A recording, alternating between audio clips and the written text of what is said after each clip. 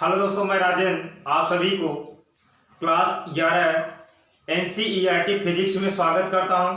दोस्तों, आज class 11 NCERT physics में आप सभी को सरलरेखा में गत अध्याय 3 लेकर आया हूं। दोस्तों, आज सरलरेखा में गत अध्याय 3 को आज से प्रारंभ करने चल रहे हैं। तो दोस्तों, आज इसमें आपको सिर्फ इसके परिचय के बारे में बताया जाएगा।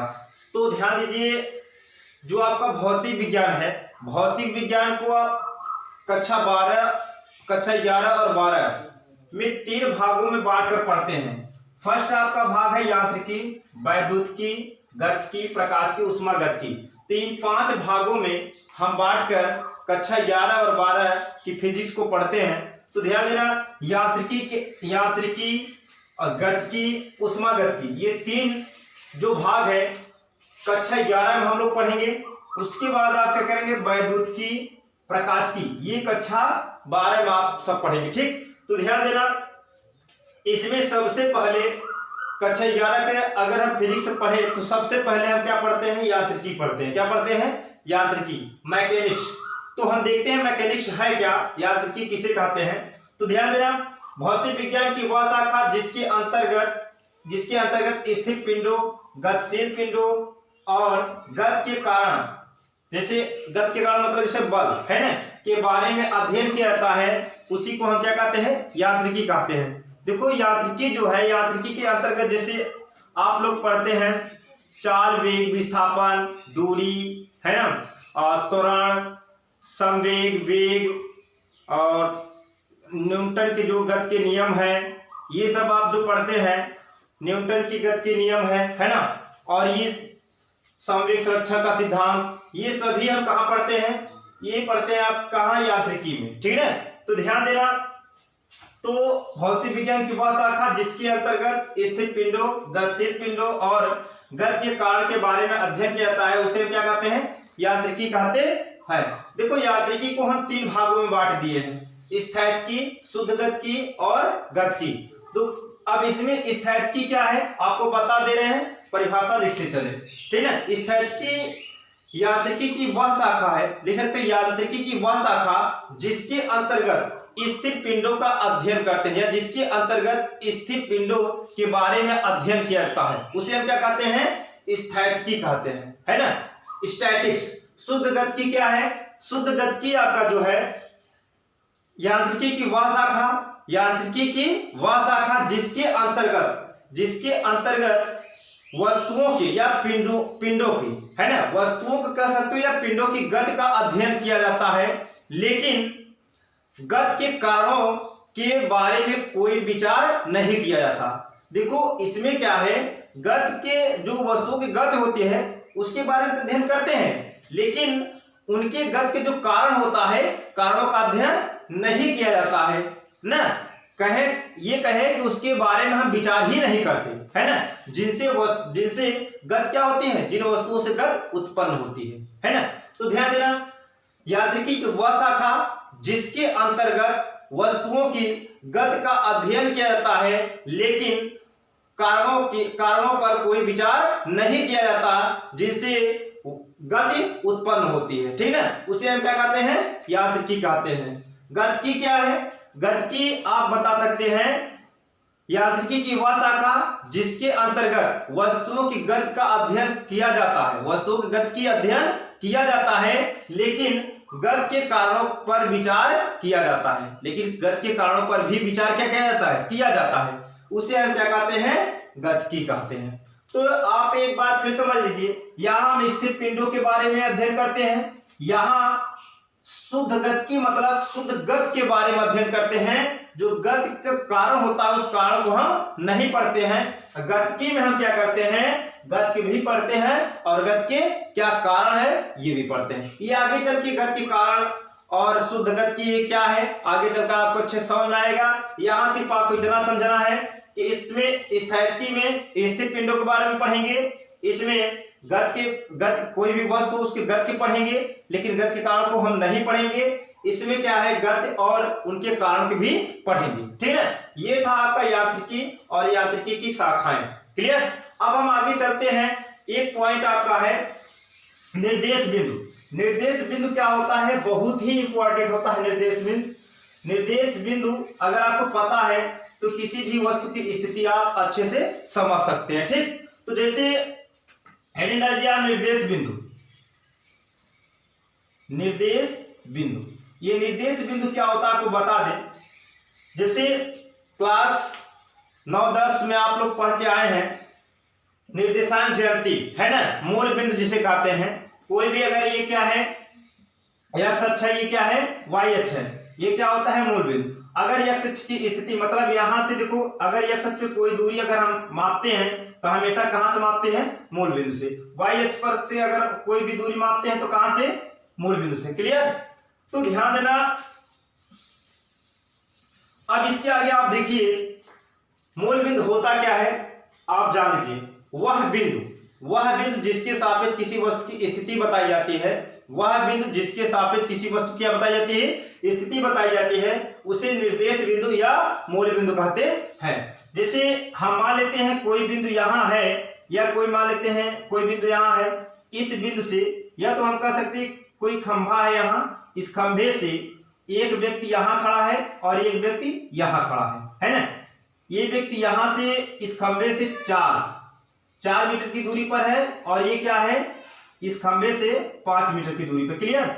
और समय के साथ साथ अगर इन व्यक्तियों के क्या हो, स्थिति न परिवर्तन हो तो ये क्या कहे जाएंगे, विरामावस्था में कहे जाएंगे। क्या किस में कहे जाएंगे, विरामावस्था में। तो इनकी जो स्थिति है विरामावस्था, इन्हें क्यों कहा गया, किसके कारण, इस खंभे के कारण, है ना। इस खंभे से क्या है, इनकी स्थिति नहीं बदल रही है, जो इनकी दूरी नापी जा रही है, कहां से नापी जा रही है, इस खंभे से ना, इस खंभे की सापेक्ष नापी जा रही है, ठीक। तो ध्यान देना।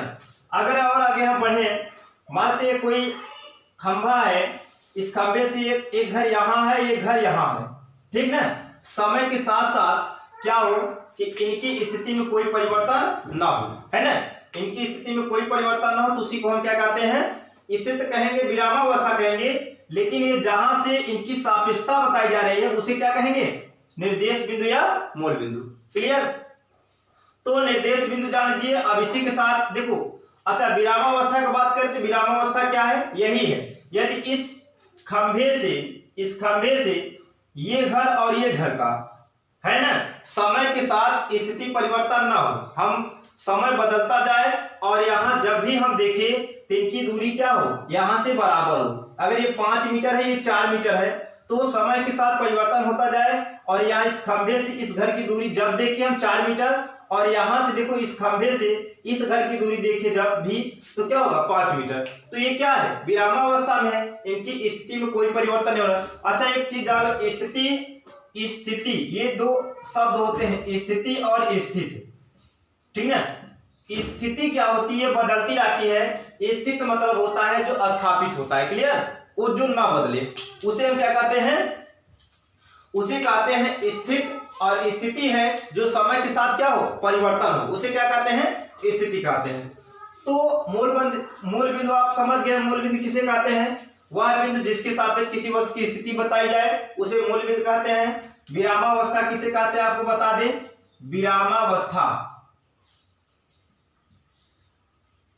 विरामावस्था या अवस्था कर सकते हो, विरामा अवस्था, है ना, रेस्ट, REST, रेस्ट। अच्छा रेस्ट क्या है आपको इसमें बता दे रहे, परिभाषा लिखते चलना, यहां नहीं परिभाषा लिखा है तो बोल दे रहे, ठीक। तो देखो अभी बताएं कि यदि किसी वस्तु के समय के साथ, यदि किसी वस्तु की स्थिति समय के साथ परिवर्तन नहीं होती तो उस वस्तु की स्थिति को हम विरामावस्था कहते हैं। फिर समझ लीजिए, यदि किसी वस्तु की स्थिति समय के साथ परिवर्तित नहीं होती है तो उस स्थिति को हम विरामावस्था कहते हैं। जैसे मान लेते हैं मकान, आप लिखना चाहते हैं जैसे में, तो जैसे मकान हुआ, स्कूल है ना, पेड़ है, मेज पर रखी पुस्तक, लिख सकते हैं मेज पर रखी पुस्तक। क्लियर। ये सब क्या है, इनकी स्थिति समय के साथ, अगर मकान है, आप जिस घर में रहते हैं, जब भी समय बदलता रहता है लेकिन आप अपने घर की जहां रहता है वहीं अपना घर पाते हो, है ना। तो इसका मतलब कि समय बदल रहा है लेकिन घर की स्थिति नहीं बदल रही है ना, जहां पर है वही है। ठीक, तो अब ये सब क्या है, ये विरामावस्था में। यदि आपके घर पर कोई पेड़ है ना, अगर आप जब भी देखिए जहां आप लगाए हैं वही रहे, है ना, वही रहेगा, तो इसका मतलब समय बदल रहा है, इसकी स्थिति में कोई परिवर्तन नहीं हो रहा है। ये सब क्या है, विरामावस्था। अगर आपको देखा जाए तो इस पूरे दुनिया में, पूरे ब्रह्मांड में कोई भी वस्तु विरामावस्था में नहीं होती है, हमेशा गति करती है। क्यों? क्योंकि जो पृथ्वी होती है हमेशा अपने घूर्णन अक्ष पे क्या करती है, मतलब हमेशा अपने अक्ष पर क्या करती है, चक्कर लगाती है, घूर्णन करती है। तो यदि पृथ्वी हमेशा क्या करे, चक्कर लगाती है अपने अक्ष के परितः, तो इसका मतलब ये होता है कि पृथ्वी के अंतर्गत जितनी भी वस्तुएं हो वो सब क्या होंगी, गति की अवस्था में होगी। पृथ्वी क्या करती है, पृथ्वी सूर्य की चारों ओर चक्कर लगाती है, पृथ्वी सूर्य के चारों ओर चक्कर लगाती है। यदि पृथ्वी गतिमान है तो पृथ्वी पर स्थित कोई भी वस्तु हो, है ना, जीव जंतु हो, कुछ भी हो, पृथ्वी के अंतर्गत सभी क्या है, गति में है ना। लेकिन विज्ञान की दृष्टि से अगर देखा जाए तो ये सब क्या है, विरामावस्था में है ना। एक गति अवस्था और विरामावस्था निकाला गया है कि समय के साथ यदि किसी वस्तु की स्थिति में परिवर्तन होता है तो उस वस्तु की स्थिति को हम विरामावस्था कहते हैं। यदि किसी वस्तु की स्थिति में समय के साथ परिवर्तन, यदि किसी वस्तु की स्थिति में समय के साथ परिवर्तन नहीं होता तो उस स्थिति को हम क्या कहते हैं, विरामावस्था कहते हैं। यदि किसी वस्तु की स्थिति में समय के साथ परिवर्तन होता है तो उस स्थिति को हम क्या कहते हैं, गति कहते हैं। तो विरामावस्था आप जान लीजिए, गति अवस्था क्या है ये देख लीजिए। तो गति अवस्था क्या है, मोशन है ना, गति क्या है ये आप देख लीजिए, मोशन। मोशन क्या है आपका, यदि किसी वस्तु की स्थिति में समय के साथ साथ परिवर्तन होता है तो उस वस्तु की स्थिति को हम क्या कहते हैं, गति कहते हैं। यदि किसी वस्तु की स्थिति में समय के साथ साथ क्या होता है, परिवर्तन होता है तो उस वस्तु की स्थिति को हम क्या कहते हैं, गति कहते हैं। जैसे सड़क पर चलती वाहन है ना, रेल की पटरियों पर चलती हुई रेलगाड़ी है ना, पटरियों पर चलती हुई रेलगाड़ी है ना, ये सब। और मैदान में दौड़ता हुआ खिलाड़ी, ठीक है, इन सभी का स्थिति क्या है, समय के साथ परिवर्तित होता है।